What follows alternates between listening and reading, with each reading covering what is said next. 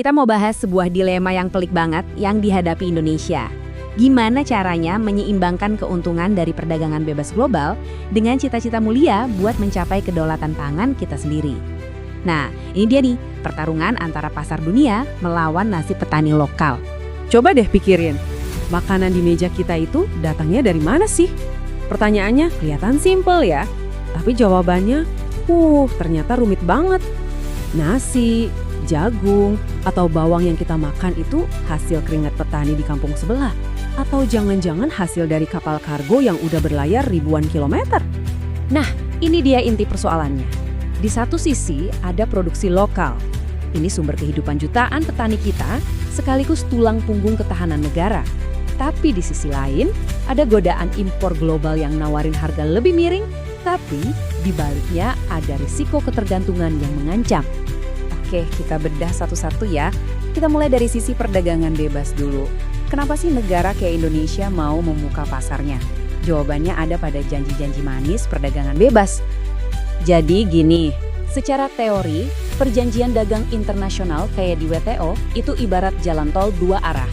Pasar kita terbuka buat produk luar, tapi pasar mereka juga terbuka buat produk kita. Tujuannya biar semua saling untung.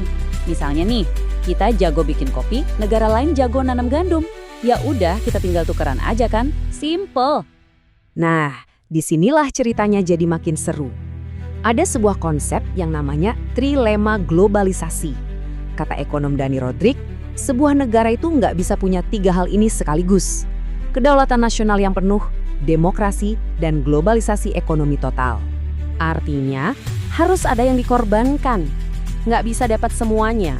Kalau sebuah negara mau globalisasi penuh dan tetap demokratis, pasti kedaulatan nasionalnya, kemampuannya buat bikin aturan sendiri tanpa campur tangan luar jadi berkurang.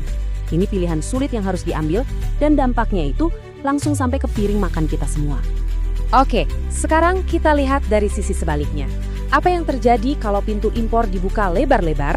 Nah, disinilah kita sadar betapa pentingnya melindungi petani lokal kita. Inilah sisi gelap dari globalisasi. Coba bayangin deh, petani kita yang modalnya seadanya harus head to head sama produk impor yang disuntik dana gede-gedean dari negaranya. Ya jelas persaingan yang nggak seimbang kan? Dan inilah yang terbukti menghambat perkembangan sektor pertanian kita sendiri. Pernyataan dari Menteri Pertanian ini, wah ngena banget. Ini bukan cuma soal ekonomi hari ini, tapi soal warisan apa yang mau kita kasih ke generasi berikutnya. Kemandirian atau malah ketergantungan. Kita lihat datanya langsung aja deh. Ini data impor beras. Lihat garis birunya. Di tahun 2012 dan 2016, itu angkanya naiknya gila-gilaan. Padahal kita ngakunya negara agraris. Ketergantungan sebesar ini jelas jadi lampu kuning. Jadi alarm bahaya buat kedaulatan pangan kita. Dan impor yang gila-gilaan tadi itu ada korbannya. Siapa? Ya petani kita. Lihat grafik nilai tukar petani atau NTP ini. Kalau garisnya jatuh di bawah angka 100 kayak di tahun 2014 dan 2016 itu artinya petani kita tekor. Pengeluarannya lebih besar dari pemasukan. Mereka rugi. Nah, kondisi inilah yang disebut jebakan pangan. Jadi saat impor membanjiri pasar, semangat petani buat produksi jadi kendor. Ya ngapain capek-capek nanem kalau harganya nanti anjlok. Akhirnya ketergantungan impor makin dalam dan kedaulatan kita makin terancam. Menghadapi situasi genting ini, pemerintah nggak diam aja dong. Ada berbagai strategi dan terobosan yang diluncurkan buat keluar dari jebakan pangan ini. Strateginya itu lengkap, dari hulu sampai hilir.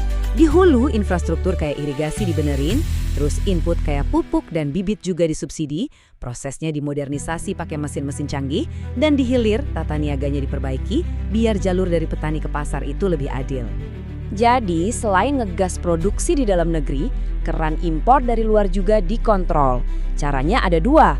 Yang pertama, pakai hambatan tarif, artinya biaya masuknya dibikin mahal. Yang kedua, pakai hambatan non-tarif, contohnya lewat aturan teknis yang ketat atau membatasi kuota impor. Terus gimana hasilnya? Apakah strateginya berhasil? Yuk kita lihat langsung aja data di lapangan buat beberapa komoditas penting. Nah, ini salah satu cerita sukses paling keren. Lihat deh grafik produksi jagung. Garis birunya naik terus, puncaknya di 2017. Hasilnya? Gila! Sejak tahun itu, Indonesia berhasil menyetop total impor jagung untuk pakan ternak. Ini pencapaian yang luar biasa. Suksesnya nggak cuma di jagung. Bawang merah juga. Produksinya naik sampai 50%. Artinya, sama, di tahun 2017 kita udah nggak perlu lagi impor bawang merah segar. Semua kebutuhan bisa dipenuhi sama petani-petani kita sendiri. Keren kan? Tapi perjuangannya belum selesai. Kedelai, ini dia nih PR besarnya. Kalau kita lihat grafiknya, produksinya cenderung datar gitu-gitu aja. Kenapa? Sederhananya, buat petani, nanam jagung itu seringkali lebih cuan. Akibatnya ya gitu, buat bikin tempe dan tahu, kita masih sangat bergantung sama kedelai impor. Untuk daging sapi, ceritanya beda lagi. Ini bukan kemenangan instan, tapi kemajuan yang bertahap. Garis merah yang nunjukin populasi sapi potong ini terus naik secara konsisten. Ini langkah positif yang pelan-pelan, tapi pasti membangun fondasi buat swasembada daging di masa depan. Oke, jadi setelah kita lihat semua keberhasilan dan juga tantangan ini, apa artinya buat gambaran yang lebih besar? Terus, arah kita ke depan mau gimana nih? Dan yang paling penting dari semua ini adalah dampaknya ke manusianya. Data ini nunjukin bahwa selama periode kebijakan ini, angka kemiskinan di perdesaan terus menurun. Ini indikasi yang kuat.